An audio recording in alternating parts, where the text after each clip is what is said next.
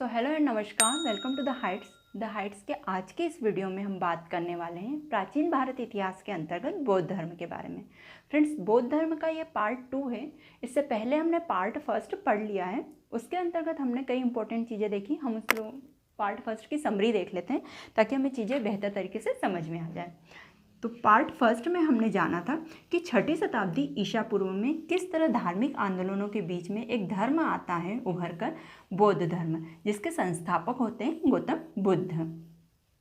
हमने पार्ट 1 में ये भी जाना और साथ ही हमने जाना गौतम बुद्ध के जीवन परिचय के बारे में। हमने बात की कि 563 ईसा पूर्व में किस तरह कपिलवस्तु के निकट नेपाल की तराई में लुम्बिनी नामक वन में एक बालक का जन्म होता है जिसे सिद्धार्थ नाम दिया गया था बचपन में, और वह आगे जाके गौतम बुद्ध बने थे। गौतम बुद्ध की जो ज्ञान प्राप्ति हुई थी वो बोध गया में हुई थी। साथ ही उन्होंने प्रथम उपदेश, इसी क्रम में प्रथम उपदेश उन्होंने सारनाथ में दिया था, और 80 वर्ष की आयु में 483 ईसा पूर्व में कुशीनगर उत्तर प्रदेश भारत में उन्हें निर्वाण प्राप्त हुआ था, उनकी मृत्यु हो गई थी। और बौद्ध धर्म में इस घटना को महापरिनिर्वाण की संज्ञा दी गई थी। ये चीज़ें जानी हमने, और पार्ट 1 में हमने कुछ इंपॉर्टेंट बातें भी की है, आप लोग देख लीजिएगा वो वाला भाग। अब हम बात करते हैं उसी क्रम में पार्ट 2 में बौद्ध धर्म के बारे में कि किस तरह महापरिनिर्वाण के बाद में अगली 5 शताब्दी में बौद्ध धर्म भारत में काफ़ी प्रसिद्ध हो चुका था, संपूर्ण भारत में फैल चुका था। उसके बाद में अगले 2000 वर्षों तक बौद्ध धर्म पूरे एशिया में अपने प्रचार प्रसार कर चुका था, अपने पांव फैला चुका था। कह सकते हैं काफ़ी महत्वपूर्ण वो और बहुत ही सुलझा हुआ धर्म है बौद्ध धर्म। काफ़ी लोगों को उसने प्रभावित किया था, काफ़ी प्रसिद्ध भी हुआ था इसी वजह से। अच्छा फ्रेंड्स, एक इम्पोर्टेंट बात है कि बौद्ध धर्म विश्व का दूसरा सबसे बड़ा धर्म है। ये पॉइंट आप नोट कर लीजिएगा, विश्व का दूसरा सबसे बड़ा धर्म बौद्ध धर्म है। अब हम आगे बात करते हैं कि बौद्ध धर्म में 2 प्रकार के अनुयायी होते हैं। बुद्ध के जो अनुयायी थे वो 2 प्रकार के अनुयायी थे, 2 भागों में विभाजित थे। कैसे? पहला थे भिक्षु और दूसरा था उपासक। ठीक है, तो आप क्या लिखेंगे कि बुद्ध के अनुयायी 2 भागों में विभाजित थे। पहला भिक्षु और उपासक। उसके अंदर भिक्षुक लिख के उसकी डेफिनेशन लिखेंगे आप लोग कि वे व्यक्ति जो गृहस्थ जीवन को छोड़कर या गृहस्थ जीवन को त्याग कर सन्यासी बन जाते हैं और बौद्ध धर्म का प्रचार करते हैं, वे भिक्षुक कहलाए। और उपासक कौन थे फ्रेंड्स? उपासक वे व्यक्ति थे या वे लोग थे जो गृहस्थ जीवन व्यतीत करते हुए बौद्ध धर्म को उन्होंने अपनाया, वे लोग उपासक थे। ठीक है, आपको डिफरेंस समझ में आ चुका होगा आई थिंक कि भिक्षुक किन्हें कहा गया, उपासक किन्हें कहा। भिक्षुक जो कि गृहस्थ जीवन को त्याग दिया जिन्होंने और सन्यासी बन गए और बौद्ध धर्म का प्रचार प्रसार करने लगे, और उपासक वे व्यक्ति थे जो कि गृहस्थ जीवन व्यतीत करते हुए बौद्ध धर्म को अपनाया उन्होंने और उसका प्रचार किया। ठीक है, अब हम बात करते हैं बौद्ध धर्म के त्रिरत्न की। त्रिरत्न काफ़ी इंपॉर्टेंट टॉपिक है फ्रेंड्स। ये जो पॉइंट है काफ़ी इंपॉर्टेंट पॉइंट है, यहाँ से क्वेश्चन पूछे ही जाते हैं। तो बौद्ध धर्म में 3 रत्न है, त्रिरत्न है। कौन कौन से हैं? बुद्ध, धम्म और संघ। ये 3 हैं। ठीक है, बुद्ध, धम्म और संघ हो गया। बुद्ध किन्हें कहा गया? वह मनुष्य जो कि अनंत ज्ञानी हो और जिसने खुद के प्रभाव से या खुद के बल से या फिर कह सकते हैं खुद के प्रयासों से ज्ञान को प्राप्त किया है, वह व्यक्ति बुद्ध कहलाता है, या बुद्धत्व को प्राप्त करता है वह व्यक्ति बुद्ध कहलाता है। जैसे कि गौतम बुद्ध हुए। गौतम बुद्ध के अन्य नाम भी थे इसी वजह से। जब उन्होंने बुद्धत्व प्राप्त किया, खुद के प्रयत्नों से, खुद के प्रयासों से जब उन्होंने बुद्धत्व अर्थात ज्ञान प्राप्त किया, तो उनके अन्य नाम भी हुए, जैसे कि तथागत, शाक्य मुनि, है ना। और गौतम बुद्ध तो हुआ ही उनका नाम बुद्धत्व प्राप्त करने की वजह से। अब हम देखते हैं धम्म। धम्म किसे कहा गया? तो बौद्ध द्वारा प्राप्त की गई शिक्षाओं या ज्ञान को धम्म कहा गया, जिस पर बौद्ध धर्म आधारित है। अब हम देखते हैं तीसरा, संघ। संघ किसे कहा गया? तो बुद्ध के जो अनुयायी थे। ठीक है, बुद्ध के अनुयायी कौन? भिक्षुक और उपासक। तो भिक्षुक और उपासकों का जो संगठन बना उसे क्या कहा गया? उसे संघ की संज्ञा दी गई थी। तो ये हमने देखा बौद्ध धर्म के त्रिरत्न, है ना। क्या क्या थे? बुद्ध, धम्म और संघ। आई होप आपको समझ में आ गया होगा। अब हम नेक्स्ट देखते हैं, बुद्ध ने सांसारिक दुखों के संबंध में 4 आर्य सत्य बताए थे, है ना। उन्होंने ज्ञान दिया था, उन्होंने जानकारी दी थी लोगों की कि संसार में 4 ऐसे आर्य सत्य हैं जिससे सभी को अवगत होना चाहिए। कौन कौन से आर्य सत्य थे? दुख समुदाय, दुख निरोध और दुख निरोधगामिनी प्रतिपदा। कौन कौन से 4 आर्य सत्य थे? दुख, दुख समुदाय, दुख निरोध और दुख निरोध गामिनी प्रतिपदा, ये 4 आर्य सत्य थे। ये भी काफ़ी इंपॉर्टेंट पॉइंट है फ्रेंड्स। क्या बताया था बुद्ध ने? बुद्ध के द्वारा बताया गया था कि इस संसार में दुख है ना, संसार दुख से भरा हुआ है और दुख केवल एक मनुष्य को केवल एक ही दुख नहीं है, दुख का समुदाय है, मतलब कई दुख है एक व्यक्ति को, दुख का क्या है? समुदाय है। तीसरा बताया था कि दुख निरोध, इस दुख को दूर करने के उपाय भी हैं, इसे क्या कहा गया था? दुख निरोध कहा गया था। और चौथा आर्य सत्य था दुख निरोध गामिनी प्रतिपदा। दुख निरोध गामिनी प्रतिपदा अर्थात दुख को दूर करने के उपायों की नियमावली की, कैसे दुखों को दूर किया जा सकता है। तो ये 4 आर्य सत्य किसके द्वारा दिए गए थे? गौतम बुद्ध के द्वारा दिए गए थे। ठीक है, दुख, दुख समुदाय, दुख निरोध और दुख निरोध गामिनी प्रतिपदा। ठीक है, अब फ्रेंड्स गौतम बुद्ध ने ये तो बता दिया 4 आर्य सत्य, अब साथ ही गौतम बुद्ध ने ये भी बताया कि इन दुखों को कैसे दूर किया जा सकता है दुख निरोध गामिनी प्रतिपदा में। तो गौतम बुद्ध द्वारा बताया गया था उनके अनुसार दुखों को दूर करने के लिए जो प्रतिपदा है या जो नियमावली है वो है अष्टांगिक मार्ग। अष्टांगिक मार्ग पर चलते हुए हम इन दुखों को दूर कर सकते हैं, हम निर्वाण की प्राप्ति कर सकते हैं, हमें तृष्णा से निवृत्त हो सकते हैं, ये बताया गया था गौतम बुद्ध के द्वारा। तो हम देखते हैं कि वे अष्टांगिक मार्ग क्या क्या थे। तो वे थे सम्यक दृष्टि, सम्यक संकल्प, सम्यक वाणी, सम्यक कर्मांत, सम्यक आजीव, सम्यक व्यायाम, सम्यक स्मृति और सम्यक समाधि, ये अष्टांगिक मार्ग थे। यहाँ पर सम्यक का जो अर्थ है फ्रेंड्स, सम्यक का मीनिंग है यहाँ पर संपूर्ण या पूरी तरह से, संपूर्ण या पूर्णतया या पूरी तरह से। हिंदी में अगर बात की जाए यदि समझ में ना आए तो पूरी तरह से, है ना। तो क्या अष्टांगिक मार्ग थे?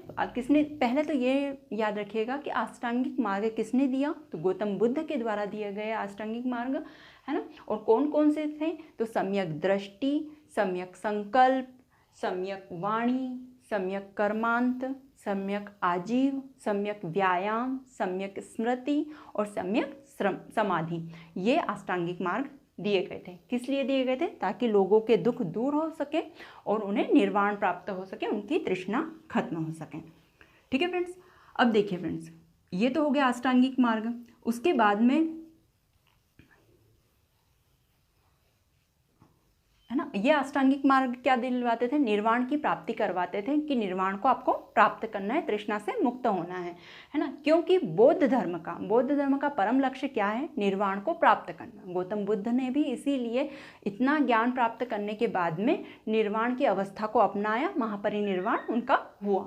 ठीक है, तो इनका उद्देश्य क्या था? जो बौद्ध धर्म है उनका परम उद्देश्य क्या है? उनका परम उद्देश्य है, बौद्ध धर्म का परम उद्देश्य निर्वाण की प्राप्ति करना है। अच्छा, यहाँ पर निर्वाण शब्द से क्या समझ में आ रहा है? निर्वाण की प्राप्ति एक तो इनका परम लक्ष्य हो गया, परम लक्ष्य,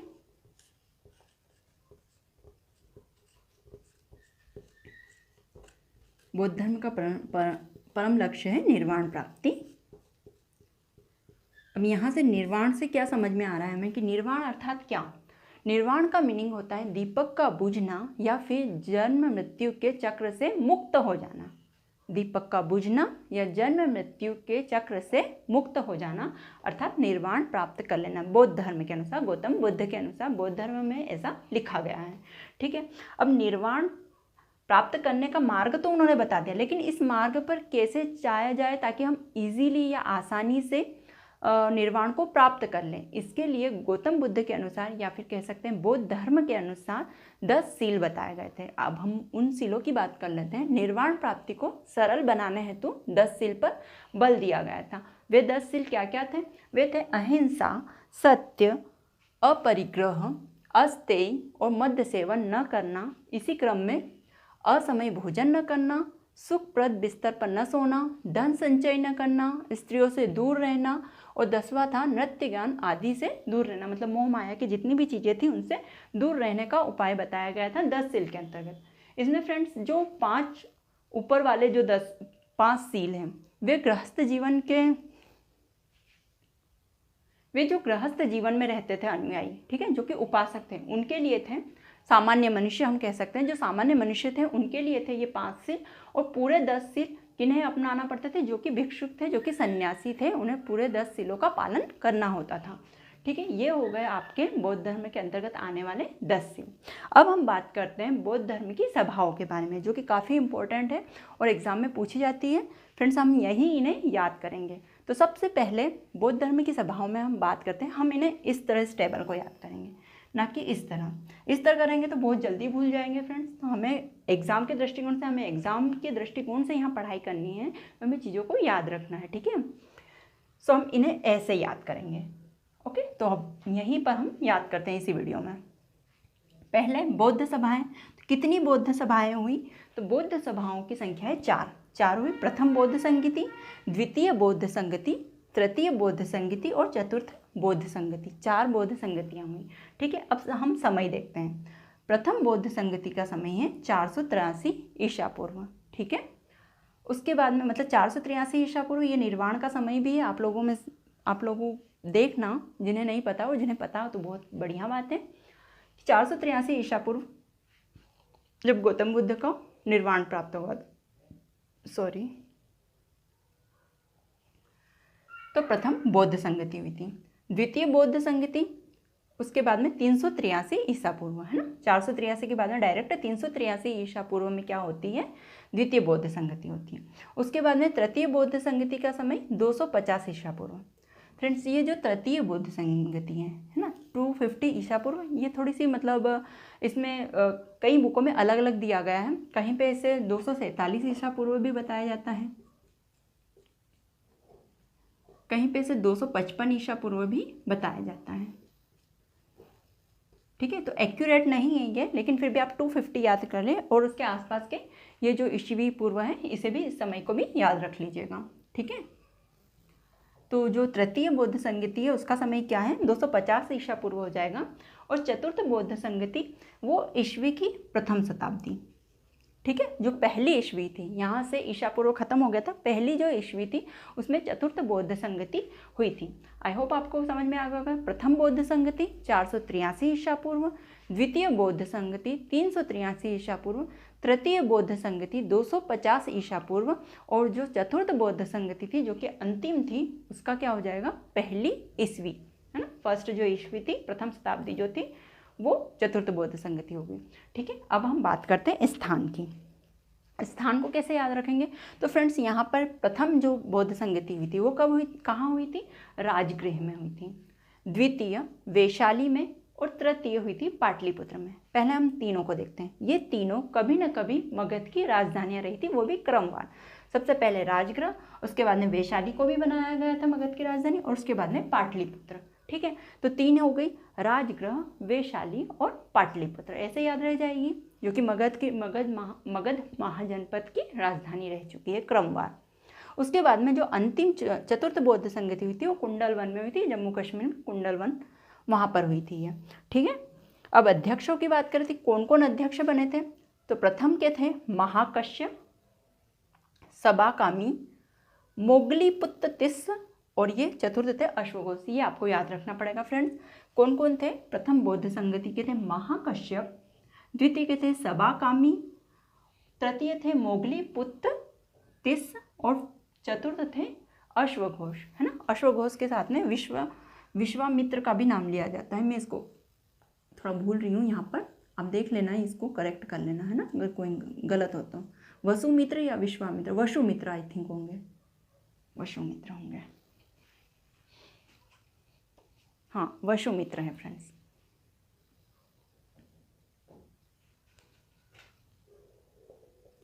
अब है वसुमित्र साथ।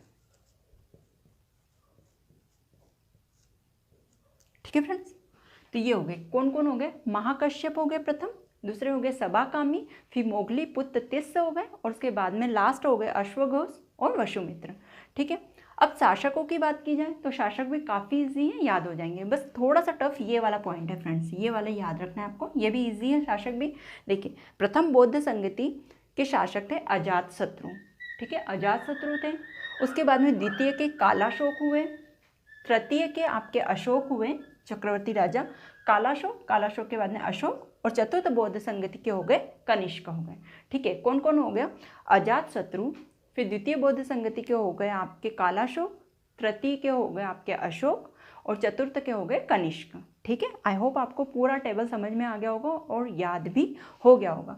अगर याद नहीं हुआ तो फ्रेंड्स 1-2 बार और रिपीट कर लेना आपने, या फिर नोट डाउन करके बार बार देखना, तो आपको चीज़ें बेहतर तरीके से और काफ़ी लंबे समय तक याद रहेंगी। तो यहाँ तक बात हो गई हमारे बौद्ध धर्म की। अब कुछ इंपॉर्टेंट पॉइंट है वो देख लेते हैं। फर्स्ट इंपॉर्टेंट पॉइंट ये है कि बौद्ध धर्म अनिश्वरवादी था, मतलब ये ईश्वरों में नहीं मानते थे। ठीक है, ये ईश्वर जैसी सत्ता में नहीं मानते थे। बौद्ध धर्म अनिश्वरवादी था। ऐसे ही जैन धर्म भी अनिश्वरवादी है। अच्छा, पुनर्जन्म की परिकल्पना में ये विश्वास करते थे। ये क्या विश्वास करते थे? पुनर्जन्म की परिकल्पना में ये विश्वास करते थे, ये मानते थे कि यदि आप बुरा कर्म करोगे तो आपको अगले जन्म में उसका भुगतान करना पड़ेगा। ये इन चीज़ों को मानते थे। तो पुनर्जन्म को मानते थे लेकिन अनिश्वरवादी थे, ईश्वर को नहीं मानते थे। दूसरी चीज़, 2 पॉइंट तो ये हो गए। एक है कि विश्व दुखों से भरा है। ये जो गौतम बुद्ध ने उपदेश दिया था, ये जो पॉइंट उठाया था उन्होंने, ये कहाँ से लिया था? तो गौतम बुद्ध ने विश्व दुखों से भरा है ये सिद्धांत उपनिषद से लिया था। ठीक है, विश्व दुखों से भरा है ये सिद्धांत कहाँ से लिया था गौतम बुद्ध ने? तो उपनिषदों से। विश्व दुखों से भरा है। गौतम बुद्ध द्वारा ये सिद्धांत दिया गया था, लेकिन गौतम बुद्ध ने यह सिद्धांत उपनिषद से लिया था। ठीक है, उपनिषद से लिया था। साथ ही आप में से कई लोग जानते होंगे एक और इम्पोर्टेंट पॉइंट कि light of Asia Gautam Buddha को कहा जाता था।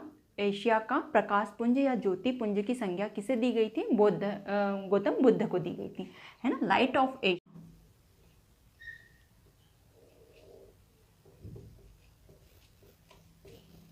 लाइट ऑफ एशिया, या फिर हिंदी में कह सकते हैं लाइट ऑफ एशिया किसे कहा गया? गौतम बुद्ध को।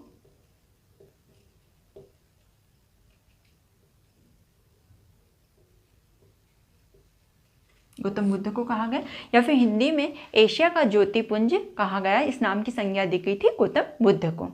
सो फ्रेंड्स, ये है पार्ट 2 के सारे बौद्ध धर्म से रिलेटेड पॉइंट, इंपॉर्टेंट पॉइंट, और काफ़ी इंपॉर्टेंट बातें भी की हमने जो कि एग्जाम के दृष्टिकोण से काफ़ी महत्वपूर्ण है। सो आप इसे बढ़िया से नोट डाउन कर लीजिए। अब पार्ट 1 और पार्ट 2 में बौद्ध धर्म को हमने पूरा कवर कर लिया है, जितने भी महत्वपूर्ण बिंदु थे इसके। आई होप वीडियो आपको बेहतर तरीके से समझ में आया होगा, लेकिन फिर भी यदि कोई क्वेरीज वगैरह हो तो आप कमेंट बॉक्स में कमेंट करके मुझे वो क्वेरी बता सकते हैं। तो हो सकता है कि मैं अगले वीडियो में इस बारे में और चर्चा करूँ। सो फ्रेंड्स, वीडियो देखने के लिए धन्यवाद और बढ़िया से अपनी पढ़ाई कीजिए और अपना ख्याल रखिए।